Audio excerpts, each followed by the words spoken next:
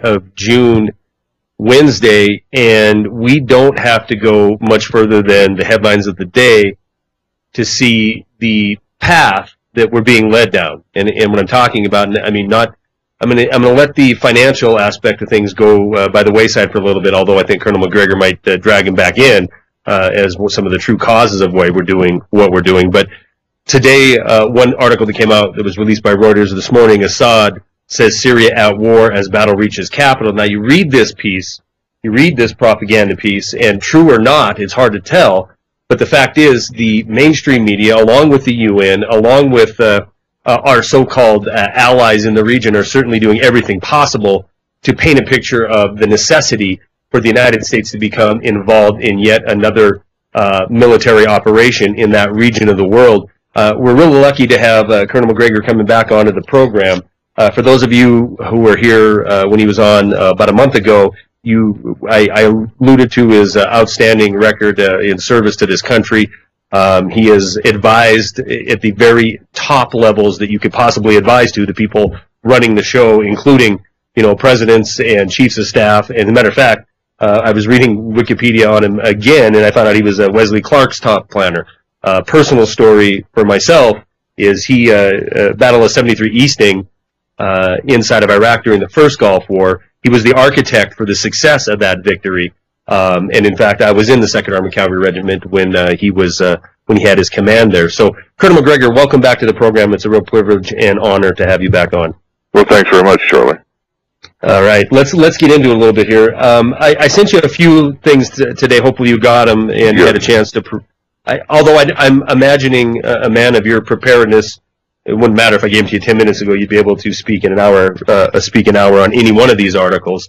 But it seems to be, we're faced now with a situation in Syria. From a layman's point of view, we've been dealing with it for a year in the media.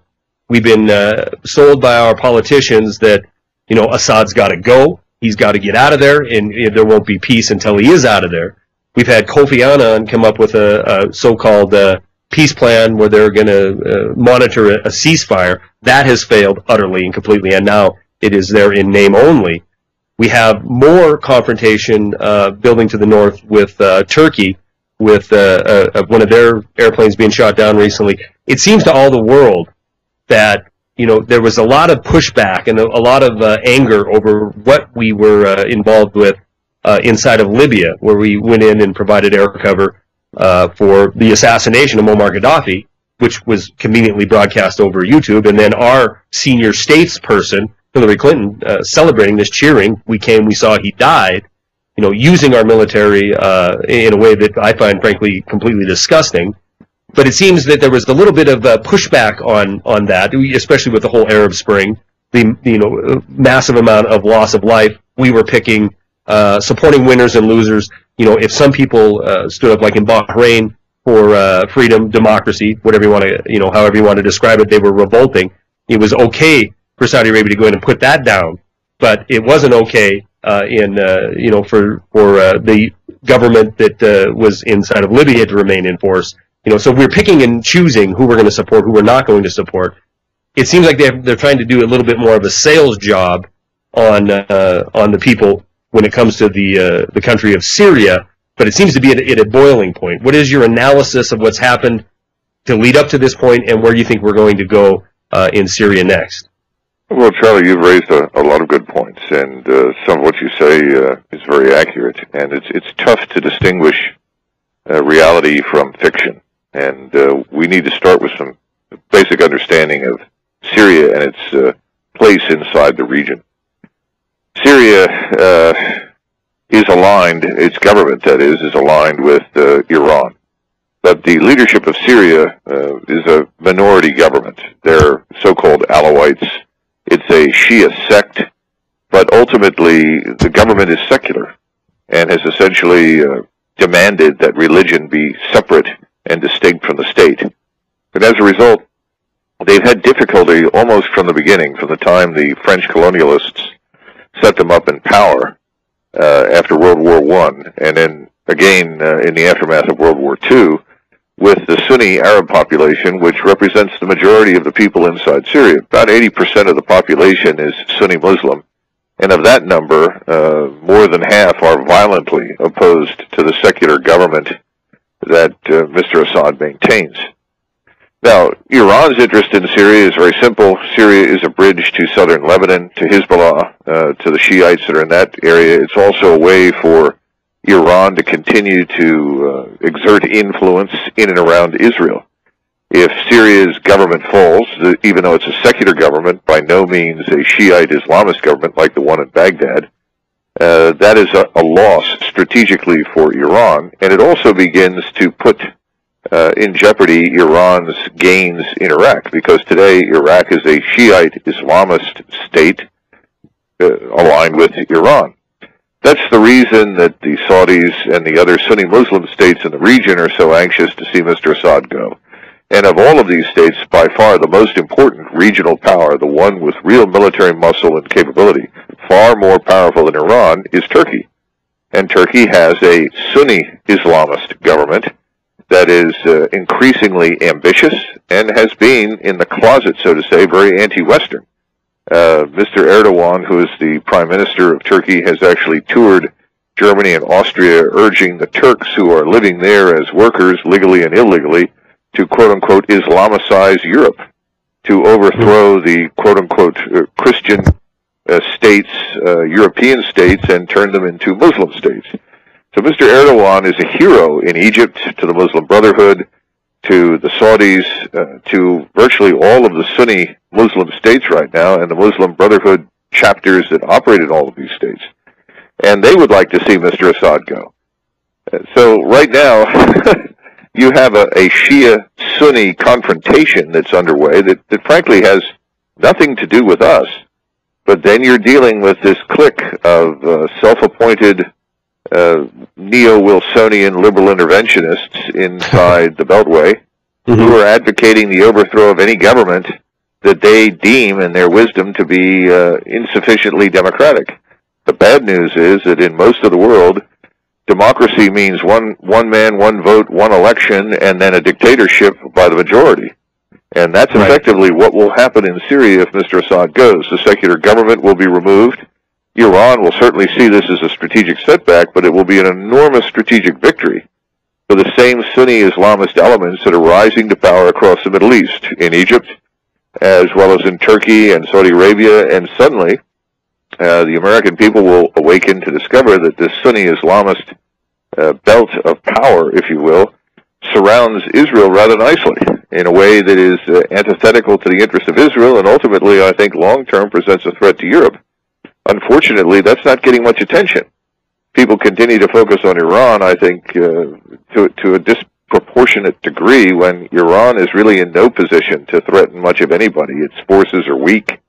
It's a very large country, almost the size of Western Europe. Excuse me, but it's certainly not in the category with Turkey in terms of its military power. But at the same time, the Turks are not fools, Charlie. They're not interested in embroiling themselves in Syria if they can avoid it. But if they're pushed, or they finally decide that there's an opportunity to install a fellow Sunni Islamist government, they may decide to throw caution to the winds and march in there. Well, let me ask you this question, and I'm going to talk about Turkey for a second. Give us, I mean, Turkey is part of NATO, correct?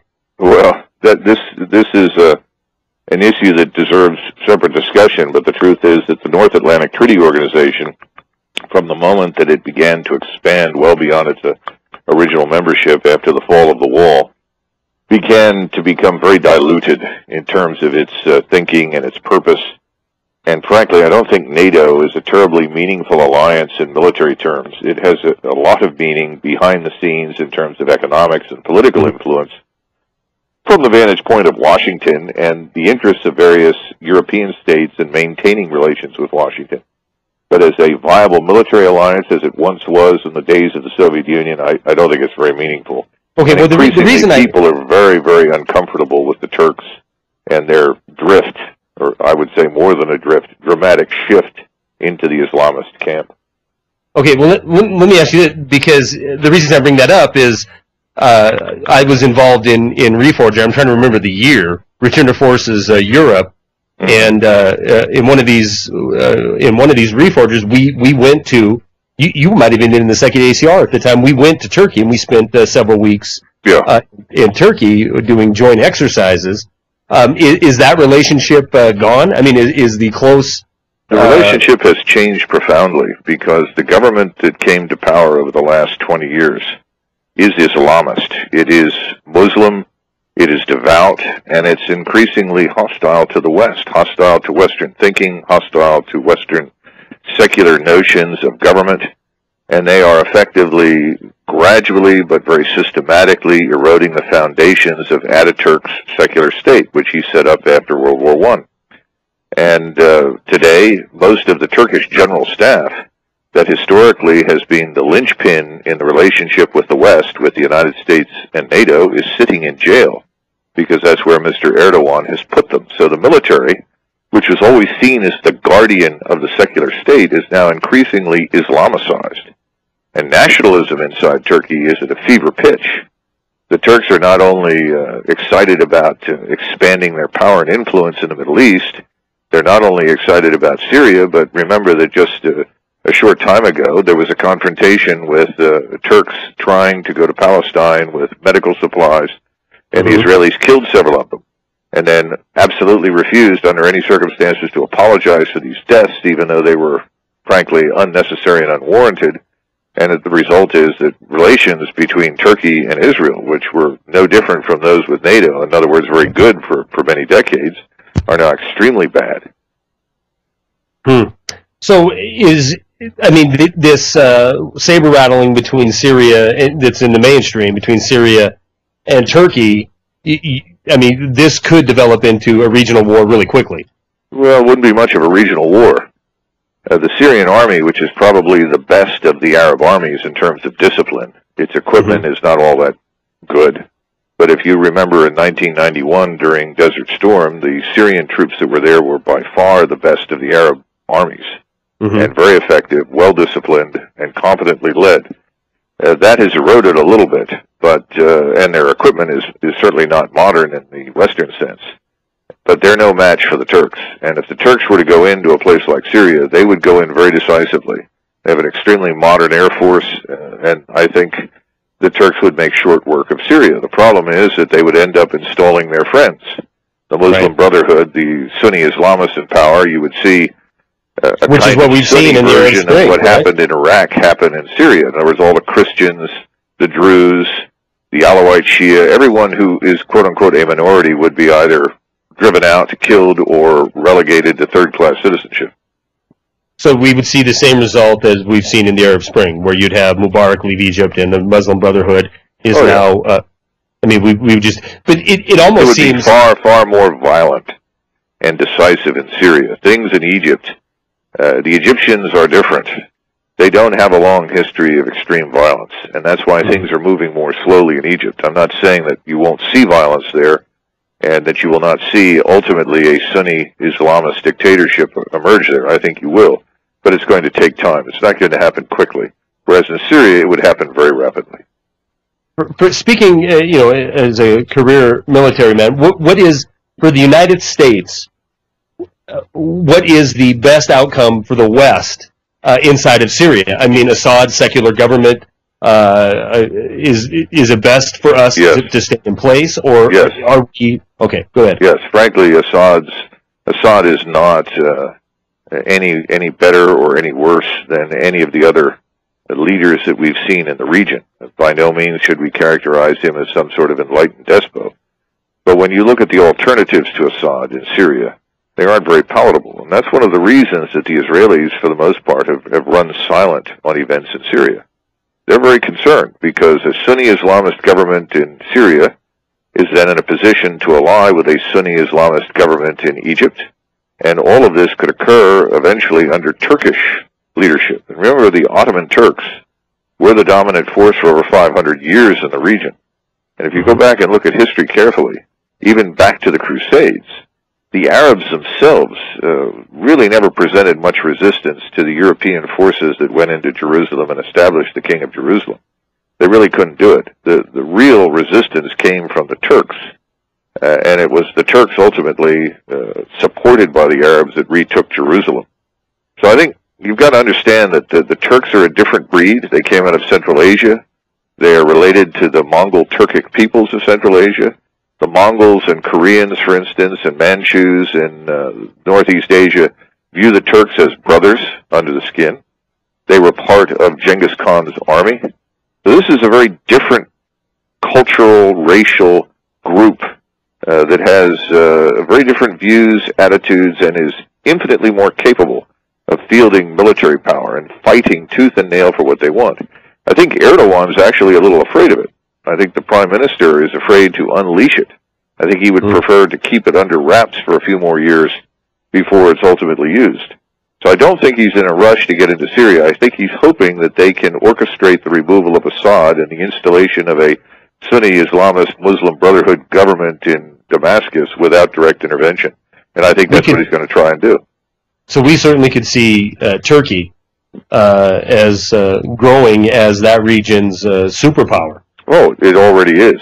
I mean, Erdogan and the Turks are worshipped in Egypt and all over the region by the Muslim Brotherhood and all of the Islamists. The Turks are seen as the model.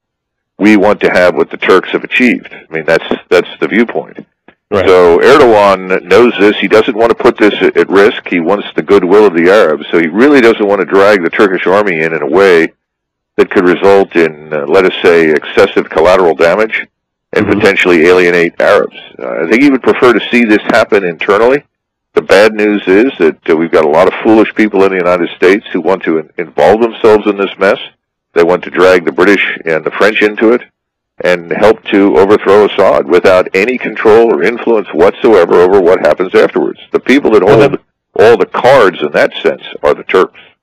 And it leads me, and maybe it's from, doing this radio show for a couple of years, and it leads me right into a place that is maybe conspiratorial, where, why on earth would our representatives, would our statesmen be wanting to, help achieve a goal that is going to be detrimental at best and breed even more hostility towards the West? Why on earth would they want to stick their nose in that business? I mean, it seems to me that destabilization is the hidden agenda.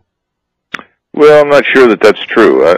I would tell you two things. First of all, yes, there are people on both sides, a little left of center and a little right of center, that share the same view. I mean, whether it's McCain and Hillary Clinton and Lindsey Graham and Joseph Lieberman and other members in the Senate, as well as, the Romney campaign, for instance. Mr. Romney has also been in the forefront of beating the drum for some sort of intervention in this matter. I think the view is that this is some sort of moral obligation that we have to involve ourselves in other people's affairs, but I also think it's a certain amount of national narcissism, that somehow or another we should be involved in everything, everywhere, and try to shape the outcome.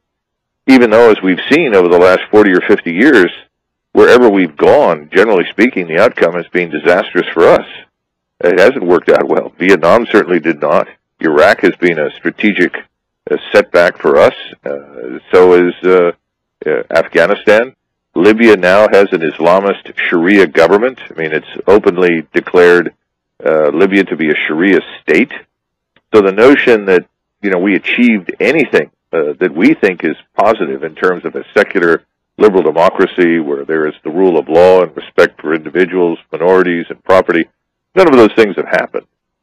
No, quite to the contrary. Quite to the contrary. So, but these are ideologues. I mean, Winston Churchill once said, success consists from going from failure to failure without loss of enthusiasm. So I think that's the definition these people have embraced. They don't care how many times they fail.